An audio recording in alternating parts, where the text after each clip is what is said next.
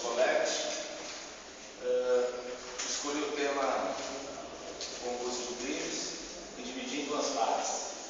Primeiro conceituando o crime e depois discorrendo sobre o concurso de crimes. Analisando a nossa história desde a antiguidade, nós temos reparado que não tem um relato sobre os livros de história do primeiro delito, do primeiro crime contra a humanidade. O que temos é um relato bíblico de Caim, que matou Abel. A única coisa que a gente tem que nos livros de história não tem nada. Mas se nós aprofundarmos o nosso estudo, iremos ver que na antiguidade, os homens do passado, eles elaboraram leis para coibir esses delitos penais.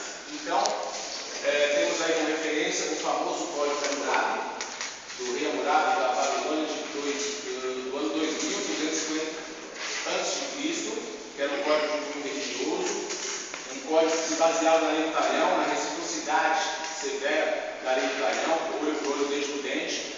Com o passar do tempo, essa lei do talhão foi atenuando sua pena, tendo a possibilidade do agente pagar com dinheiro, né, pagar com pecúnia, com espécie, com moeda, vestuário, roupa, os seus ilícitos com os particulares. No tocante também à antiguidade, não podemos deixar de mencionar o famoso o Código Manu, que foi desenvolvido pelos indianos no século XII a.C. Esse código tem referência para a gente porque eles diferenciavam o dolo e a culpa. Então ele tem referência no direito até, inclusive hoje, e ele também era de cunho religioso.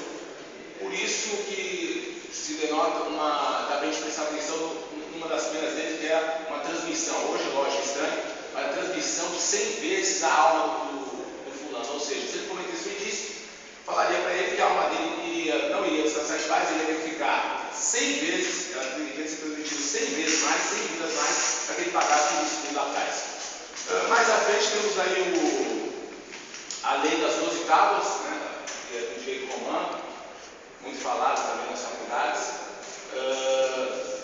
Ela foi ter sido constituída na Idade Média, se adequava ao período monárquico da época. Devia na tábua número 7 a lei dos delitos, que falava dos delitos, das penas, falava do direito penal na tábua número 7, e também se baseava no talhão, mas previa pena pecuniária. Com o passar dos anos, as penas foram atenuando, principalmente no período da Idade Média, por influência religiosa, e também, mas um marco importante foi o finalzinho da Idade Média, comecinho da Idade Moderna, no século XVIII, com a Revolução Francesa, com a trina filosófica da igualdade, liberdade e fraternidade, que quase aboliu a pena de morte em várias legislações do mundo. Conceituando o crime, apesar do Código Penal brasileiro não conceituar de maneira exata o que é crime, alguns doutrinadores nessa ideia desenvolveram conceitos. Dentre eles, temos de destacar o ilustre magistrado Guilherme Souza Nutti, que conceitua dessa maneira. Inicialmente, como salientar que o conceito de crime é artificial, ou seja, independe de fatores naturais constatados por um juízo de percepção sensorial. Já seu opositor, César de Segura, relata em sua obra que somente a lei de introdução ao Código Penal faz uma distinção entre crime e contravenção, mas somente para diferenciar os dois. Ela fala o que é crime, mas só faz uma definição de crime, mas só para diferenciar de crime e contravenção no artigo 1º da lei de introdução do Código Penal. Os doutrinadores defendem a ideia de que a sociedade é criadora inaugural do crime, porque ela que decide, ela fala o que é certo e o que é errado. É ela que diz ao legislador, que passa a ideia para o legislador, para dizer isso é errado, isso pode, isso não pode. Então é a sociedade que dá aquela ideia inaugural, ela é criadora inaugural do que é crime, por causa dos seus interesses próprios. Mas a doutrina verifica 3 prismas para conceituar o crime: o conceito material, o formal e o analítico. O formal, crime é toda ação ou omissão que o agente comete, né, que é proibido em lei, ao texto normativo sobre aplicação de lei penal, ou seja, o que ele comete, o que é proibido em lei sobre uma aplicação de pena, no direito penal, claro.